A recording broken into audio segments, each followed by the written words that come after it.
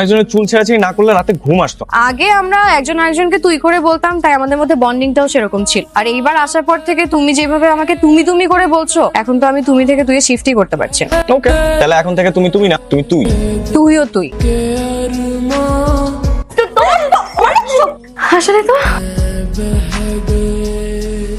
রুবেল না বাবা, ডাক্তার তো বের হয়ে গেছে।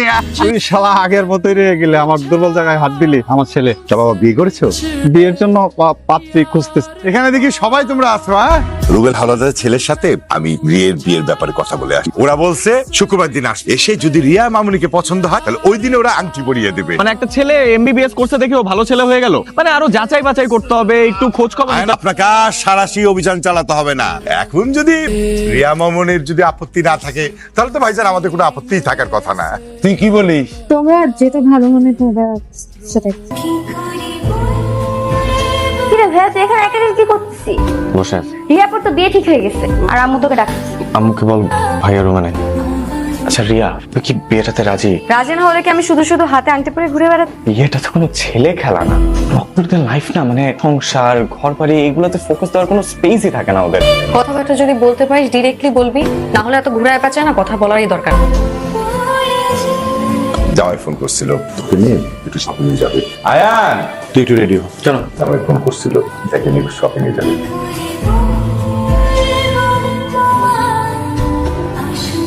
বসে আছো কেন? কিছু অর্ডার করো। আয়ান আসুক। হায়ানকে কেন আসতে হবে? তোমার নিজের কোনো পছন্দ নেই? তুমি তো ছোটবেলা থেকেই দেশের বাইরে চলে গিয়েছিলে, তাই না? আমার যখন 14-15 বছর বয়স তখন। তার মানে তো বোঝার বয়স হয়ে গিয়েছিল। বোঝার বয়স মানে? মানে তোমার বোন তো তোমাকে ছাড়া কিছু অর্ডারই করছে। তোমরা ছেলেরা মনে করো মেয়েরা কিছু বুঝি না, তাই না? আমার আর আয়নের সম্পর্কটা নিয়ে যে ডাউট করেছেন, এটা আমি খুব ভালো করেই বুঝেছি। আসলে আমরা ছোটবেলা থেকে একই বাসায় একই সাথে পিঠাপিঠি বড় হয়েছি, তো তাই ছোটবেলায় মা যদি কখনো আমাকে মারতো, আয়ান এসে আমার মাথায় হাত বুলিয়ে দিত আমার কষ্ট ভুলিয়ে দেওয়ার জন্য। আবার আমিও তাই, ওকে মারলে আমি ওর মাথায় হাত বুলিয়ে দিতাম। আজকে যখন আমি শপিং মলে যাই, প্রথমেই না আমার ওই লেহেঙ্গাটার দিকেই চোখ পড়ে। কিন্তু আসলে আপনি একটার পর একটা লেহেঙ্গা দেখাচ্ছিলেন, তো তাই আমি চাচ্ছিলাম আপনার পছন্দটাকে প্রায়োরিটি দিতে। At the end of the day আপনি তো আমার হাজবেন্ডই হবেন, আর প্রত্যেকটা হাজবেন্ডই চায় তার পছন্দ করার জিনিস তার ওয়াইফ হোক। তো শেষমেশ আয়ান যখন ওই লেহেঙ্গাটা পছন্দ করে, আমি একদম শিওর হয়েছি ওইটাই আমার জন্য পারফেক্ট চয়েস। ওরা আর আমার মধ্যে বন্ধুত্ব না কি আমি আসলে কিছু জানি না, কিন্তু আমি এতটুকু জানি আয়ান আমার লাইফের এমন একটা পার্সন যার পছন্দ অপছন্দ আমার লাইফে অনেক ইম্পর্টেন্ট। তাই আমি শুধু ওর পছন্দটাকেই প্রায়োরিটি দিয়েছি, আর কিছু না। তোর প্ল্যান কি? এবার একটা ভালো ছেলে দেখে রিয়ার বিয়ে দিয়ে দেবো।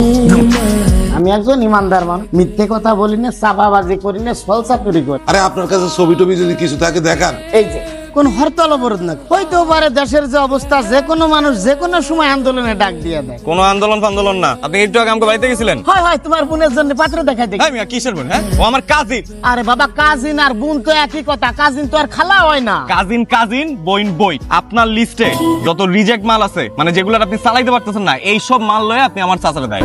এই যে স্যাম্পল দেখতেছেন না, এবার তো রিক্সা নিচে পড়ছে, পরেরটা আপনার মাথার উপরে পড়বে।